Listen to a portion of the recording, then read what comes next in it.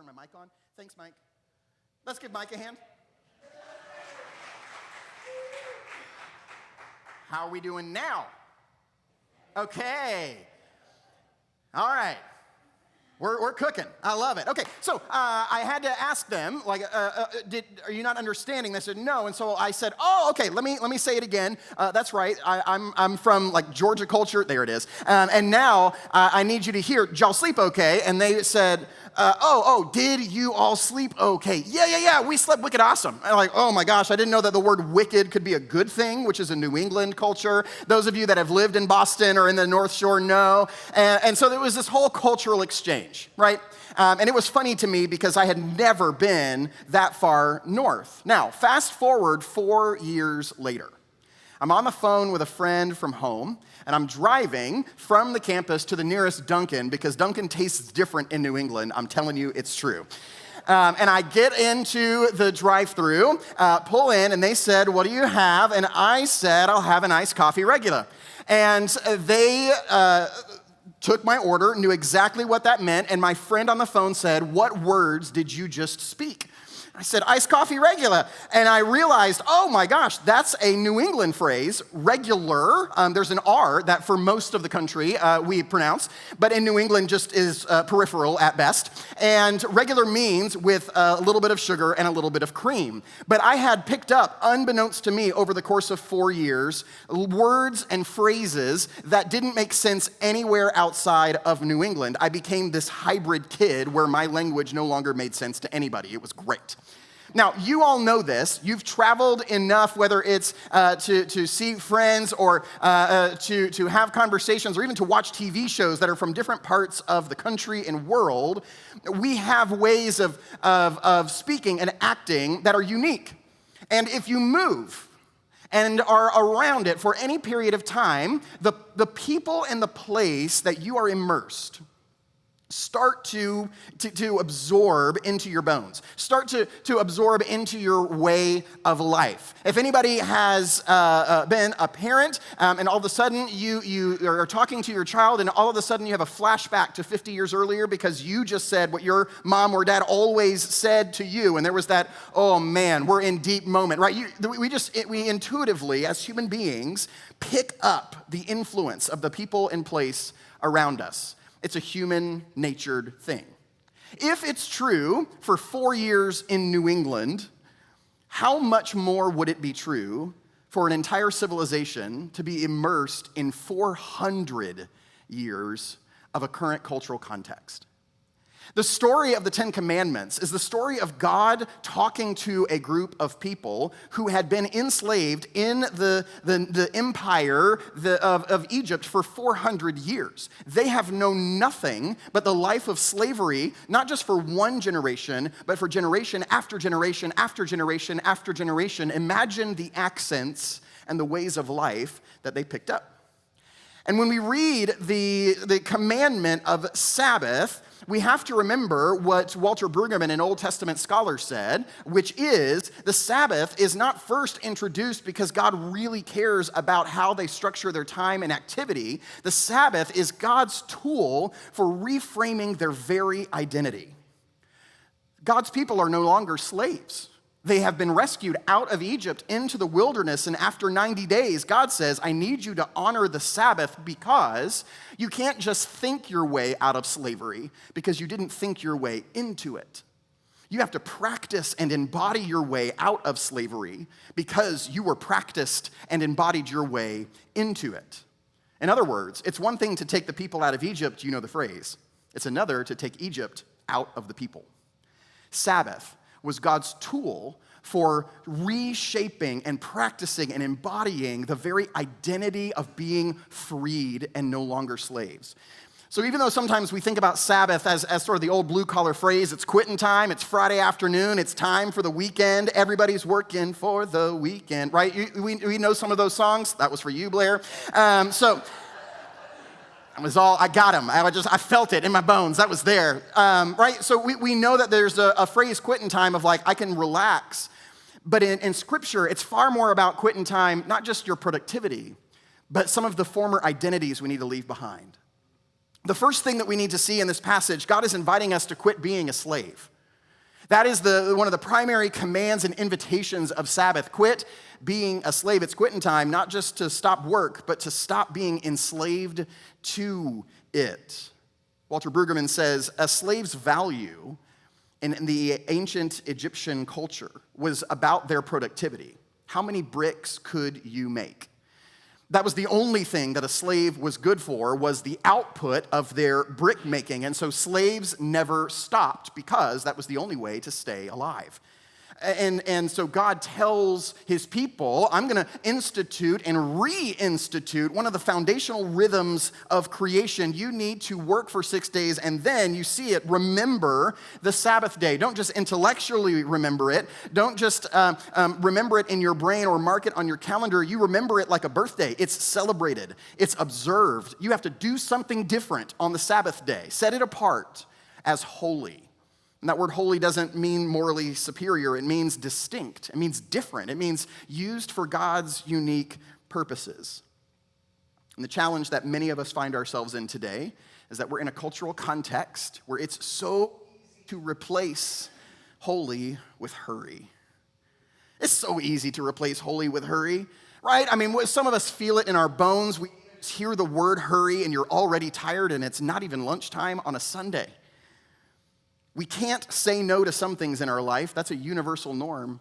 Some of us struggle to say no to anything. And so we are constantly running ragged, and everybody has access to our calendar and our priorities, and we just are tired.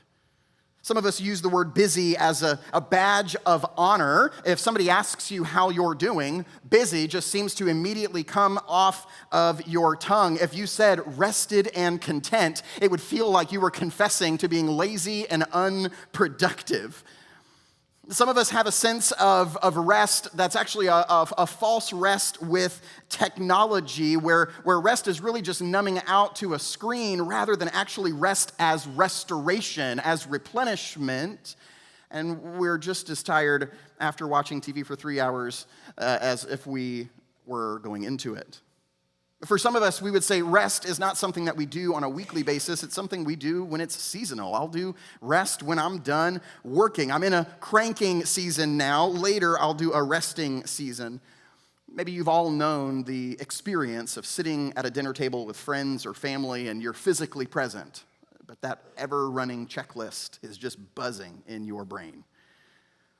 Slaves in Egypt were trained, were formed, over time learned the accent to be afraid of stopping. If you stop, something bad will happen. It will threaten your life, if not your livelihood.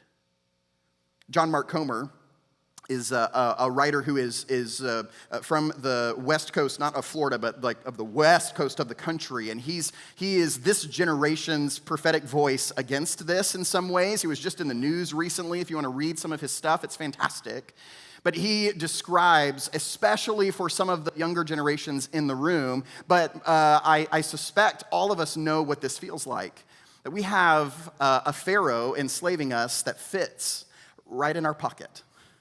And he picks up his phone, and he says, every time this little thing has a red number that pops up with a notification, you hear, make more bricks. And all of a sudden, we have this compulsion to keep going. I love the way that another writer by the name of Justin Earley describes it. What if we all turned our phones off 1 hour a day, 1 day a week, and 1 week a year, and some of us went, huh, just then? Right? What Sabbath is an invitation to realize is that we don't have an activity problem. We have an identity problem. When we think about the reasons we resist Sabbath, we have to ask identity statement questions. Some of us say, I don't have the luxury of taking a day off from work. I need the money. What if that is a statement of my bank account is my only sense of security? In other words, God is not bigger than my bank account. And God's invitation is not something that I can embrace. Some of us might say, I'm in survival mode with young kids. Can I get an amen for some of us?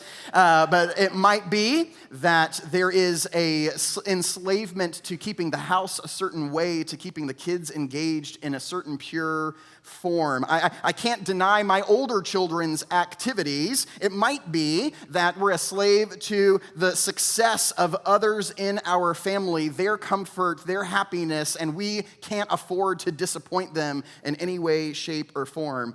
If you tell yourself your business or your family will literally fall apart if you take a day off, it might be that there is a rescuing instinct in you that has ultimately become a slave driver.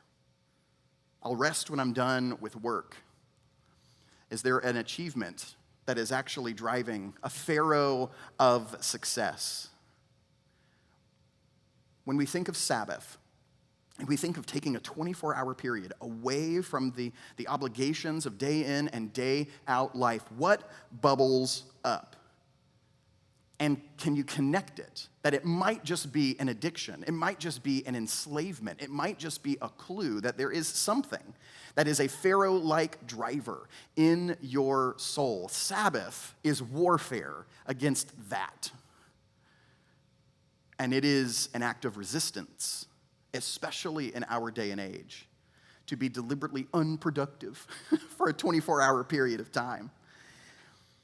But it's not just the act of rest that is countercultural. If you look at the passage, this is a funny thing in the Ten Commandments. Most of us, when we think of the Ten Commandments, we think of the thou shalt nots in the King James language, right? Thou shalt not have any other gods before me. Thou shalt not create idols. Thou shalt not take the Lord's name in vain. All the things that we have done so far have been things we're not supposed to do. On day 4, the commandment is positive. Remember. Remember the Sabbath day, and then it gives a shall and a shall not. Did you see it? The passage says, remember the Sabbath day. How are you going to do that? You're going to keep that Sabbath day distinct by doing 2 things. One is you're going to honor the 7th day, set it apart, make it distinct, counterculturally rest and resist.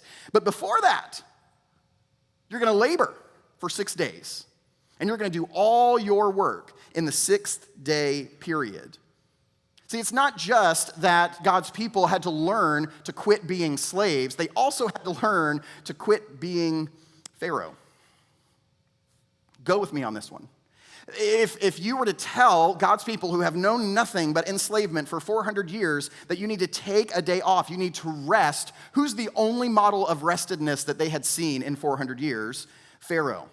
Pharaoh was a guy who had achieved such influence and elevation and godlike status in his culture that he never worked. He was a god of luxury and power and manipulation. He didn't work, and he rested on the backs of those who were. And so when God gives this commandment, he doesn't just say, don't work on the 7th day. He also says, labor and strive on days 1 through 6. Sabbath is this thing that is not just a statement of rest, but also a statement against how we approach work.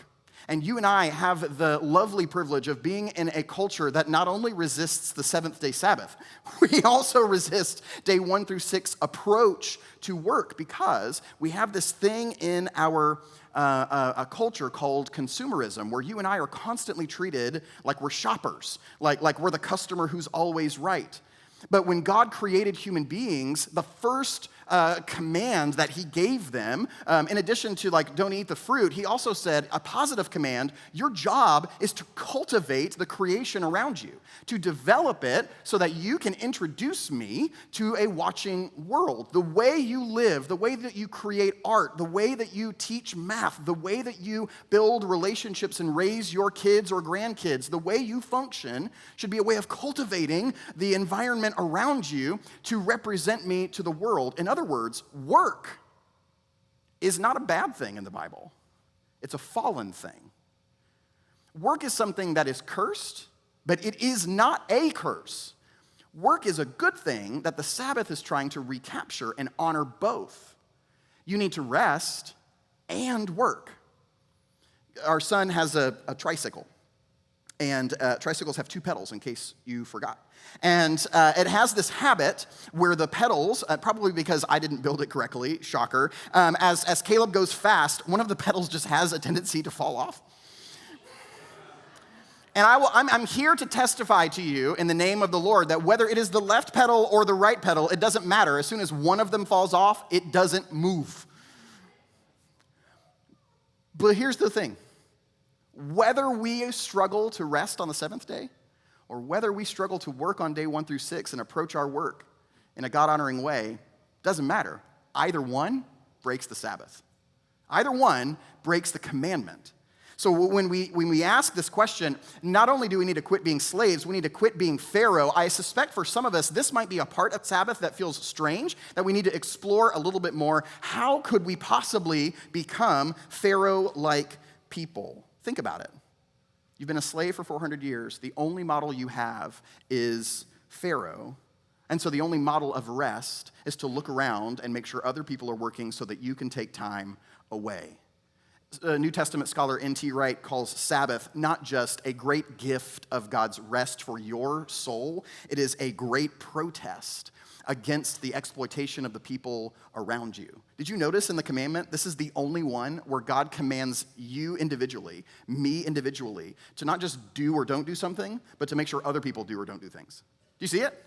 He says, ain't none of y'all going to be working on the seventh day, and make sure it's not just you that are going to work hard for 6 days and then rest for 7. You're not going to let your kids, you're not going to let your male and female servants, you're not going to let your animals, agrarian culture, till the land. You're not going to let the immigrants who don't know me and don't know God and don't have any sort of religious connection to Yahweh yet, you're not going to let anybody within your realm of influence be treated like a slave who can't stop. You're not going to let anybody around you feel the oppression of the always one more. What would it be like if the way that we approached our Sabbath wasn't just for me, a little me time, a little I deserve this, a little treat yourself, a little I've done my job, it's somebody else's turn now. What if it was we need to embrace? What if Sabbath was to bless you and through you to bless those around you? Now, what I loved, we were talking about Sabbath. This is actually one of the rhythms of the quarter. So we're going to give you very tangible things by the time we're done with a sermon on how to experiment and play with this. But it was a humbling thing for me when we first were introducing these rhythms for the quarter to the volunteer leaders of the church. And we said, hey, we're going to be looking at Sabbath. And one of the questions was a really good question, and then I felt silly for not thinking of it myself. But I'll say it for some of you that are asking. It went something like this. I'm retired. What does Sabbath mean for me? For those of us that don't have like a 9 to 5 or a part-time or any kind of employment, you don't have a boss. Maybe going to doctor's appointments feels like you have a boss, but like you've got, right, you are in charge of your own schedule. What does Sabbath look like for those of us in the room that are retired? I love the question because the question is forcing us to wrestle with, are we resting from our jobs or are we resting from our calling? We never outgrow the calling to cultivate creation, whether you are 192 years old or 192 minutes old. All human beings are baked into their DNA, are called to cultivate, are called to be human beings made in the image of God. Now, does that mean that you have to grind 9 to 5, 80 hours a week when you are 192 years old? Absolutely not. You probably shouldn't be doing that. That would not honor the body God gave you. But what's the calling in retirement? And what does Sabbathing from that calling look like so that you still have 6 days that are separate and distinct from the one? There's a guy named Jeff Quittin who invites all of us, whether we are retired or not, to think about our calling in connection to Sabbath. And he gives us some questions. He said, every Christian is called in 3 layers. We are all called to love God, right? You remember that commandment. To love God with all your heart, soul, mind, and strength. And so whatever age and stage of life you're in, what does it look like to love God? We're all called to love our neighbor. We don't retire from that calling. We don't outgrow that calling. We're not excused from that calling because we have young kids or a busy season at work. We love God and we love neighbor. But then there's like a third layer of a specific calling that you and I each get to discern over the course of our lives. You are uniquely, fearfully, wonderfully made. And when God sees you, he sees a unique calling that you and only you have. Ephesians 2:10 says all of us are unique works of art, God's poems, God's poetic masterpieces. And there's a unique set of good works that he's inviting you and me to pursue. Have we done the work to discern what that is in each season of life? Jeff writes in his book, think about what's going on in the world that captures our imagination. What grips you? Is it the idea of investing in teens who feel lonely? Is it medical justice? Is it developing leaders? Is it your grandkids? What occupies your heart naturally? Pay attention to that. That's something that God has uniquely placed in you. Who are you compared to others? You have unique gifts, unique skills, and a unique story that you have had God bring you through up until this point. What would it look like to pay attention to those things, not to feel superior, but to feel unique and to say, how do I leverage the unique gift, skills, and stories that I have? And then the third question is the biggie: what is my stage of life? And he says, young adults tend to have to be challenged in their stage of life to take responsibility for themselves, right? Those of you that remember what being 20 was like, yep, 100%. And then, he says, in general, by and large, when we get towards the midlife era, it's a sense of accepting your limitations and accepting how God made you unique and didn't make you like anybody else. But then he said, for seniors, the challenge is to simultaneously let go and intentionally bless and give wisdom. Because of all of the different life stages, seniors have the most ability to bless and give wisdom. Because you've lived through things that all of us that are younger haven't yet gone through.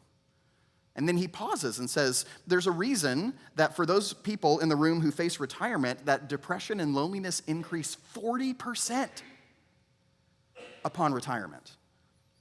It might be that we treat retirement as a good job, have a seat. You're done. Instead of, there is value in your bones and in your soul that is unique to this season that we need to hear.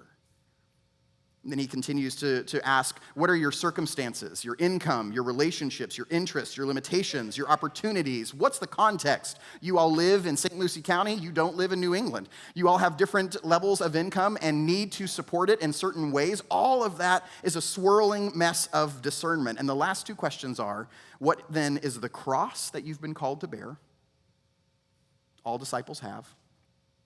There's things that you've suffered through. There's a sense of discontent that you have over a certain issue or a challenge that God is pushing you towards to fan that passion into flame. It's a problem that he might be inviting you to solve with his grace. And then the last thing he says is, what are you afraid of? I love that question because it's a way of saying, what would you do if you weren't afraid of it? What would you do if you knew God was still calling you to a season of cultivation? What's the passion? And what might be the fear holding you back? All of us need to embrace the rhythm of quitting time. Not only to quit being slaves, but to quit being a Pharaoh that says, I'm done working.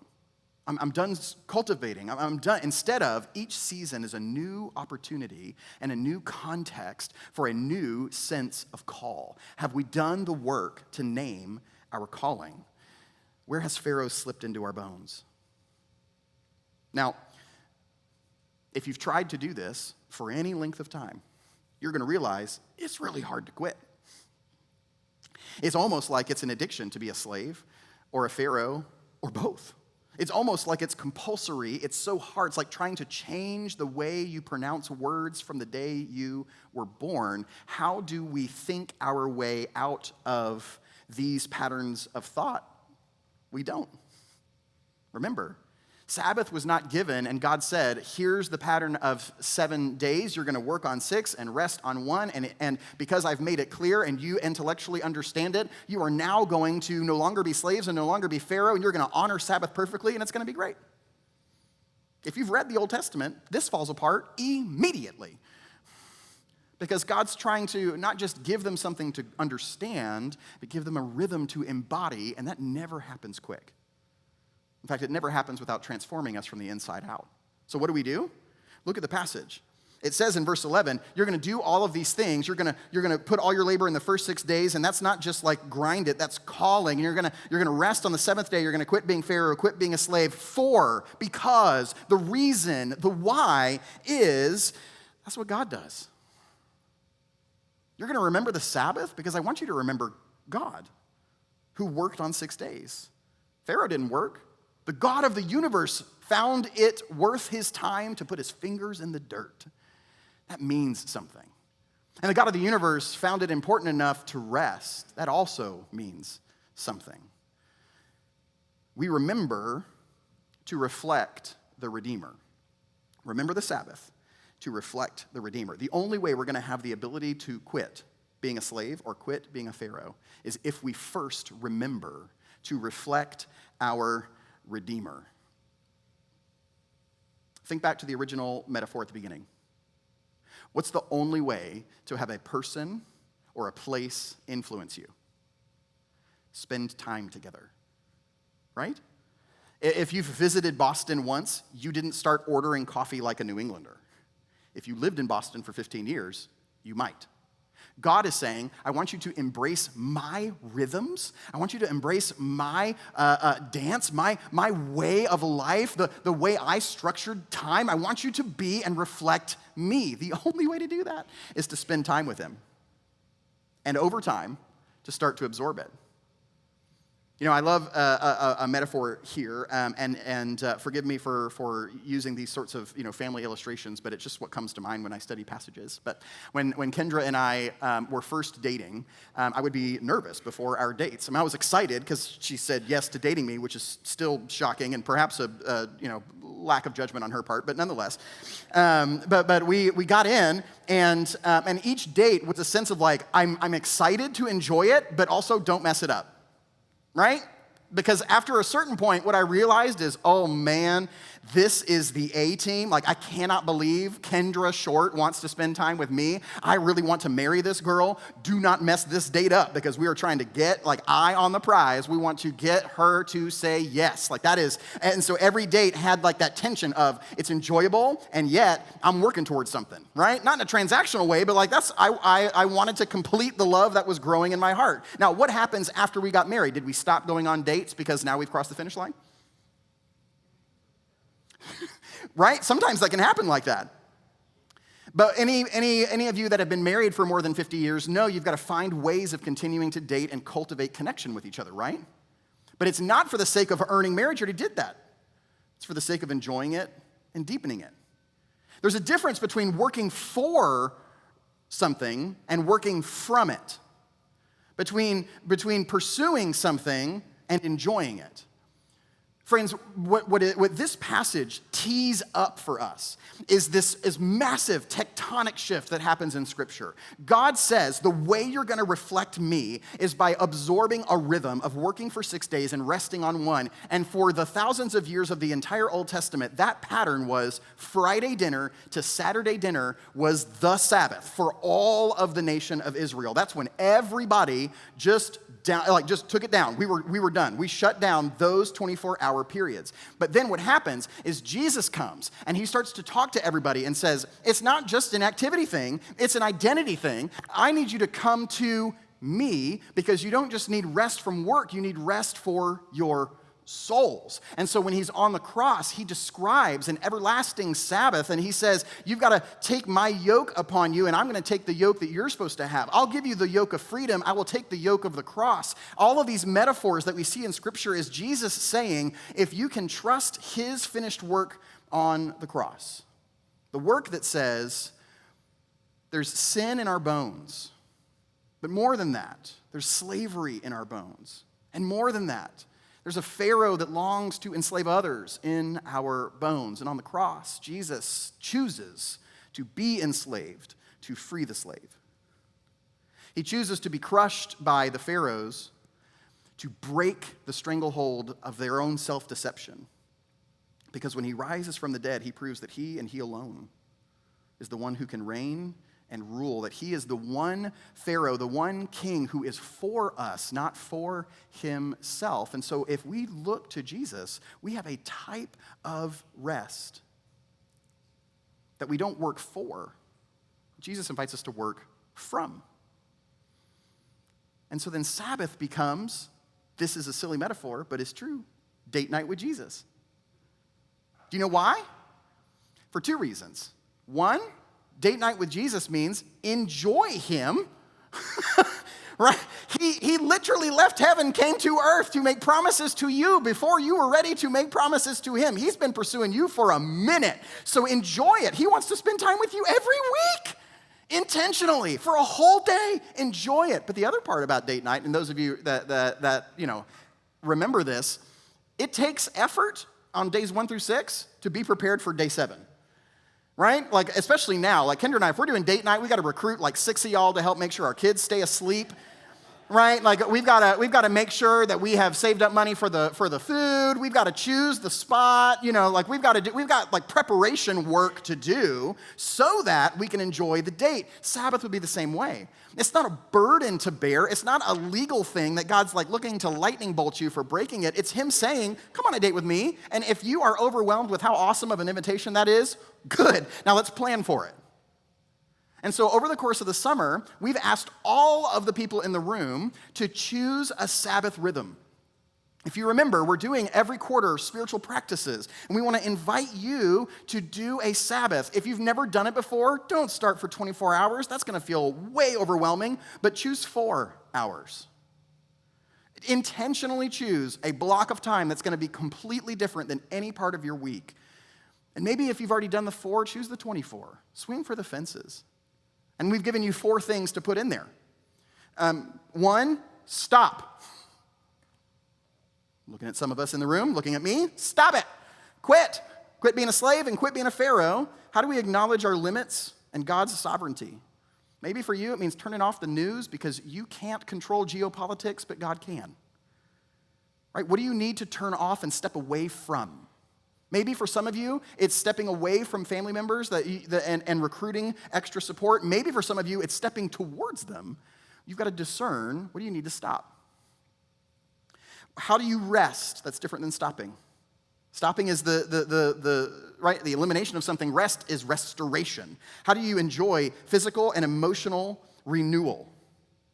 Maybe for some of us, it's as simple as buying recyclable paper plates so you don't have to do the dishes. It might be silly, but what could you do during regular dishwashing time? Sit in silence. Read a book. How could you do intentional rhythms that are unique to that day, that are about restoring your soul and your connection with God? It's not just stopping, it's not just resting, it's delighting. How can you feast on God's goodness and his beauty during that period of time? Is it with friends? Is it with unique food? Is it a family movie night with young kids in the room? Is it a special Sabbath toy box that only comes out on that day because we Sabbath as a family and a community, not just as individuals? And then lastly, contemplate. How can we do all of that with and for God? So it's not just a day off, it's a date with. Maybe it's as simple as lighting a candle so that every time you go around your house, you remember that the Holy Spirit is with you. I don't know. But what I hope is the response of this sermon is not that you walk away with, I'm ready and I have a full plan. My hope is that you walk away with a sermon thinking, I need to have a conversation with my spouse or with my friends or with my community or with my people because I want to try this, and you can't try it on your own. It impacts too many things. So what if we started to have conversations about Sabbath rhythms together so that we began to embrace this rhythm? You've got a calling for days 1 through 6. And you've got a distinct, separate calling for day 7. And we need to embrace both of them to pedal the tricycle of God's rhythm of life. It's quitting time. Are you ready to quit being a slave, to quit being Pharaoh, and to remember to reflect our Redeemer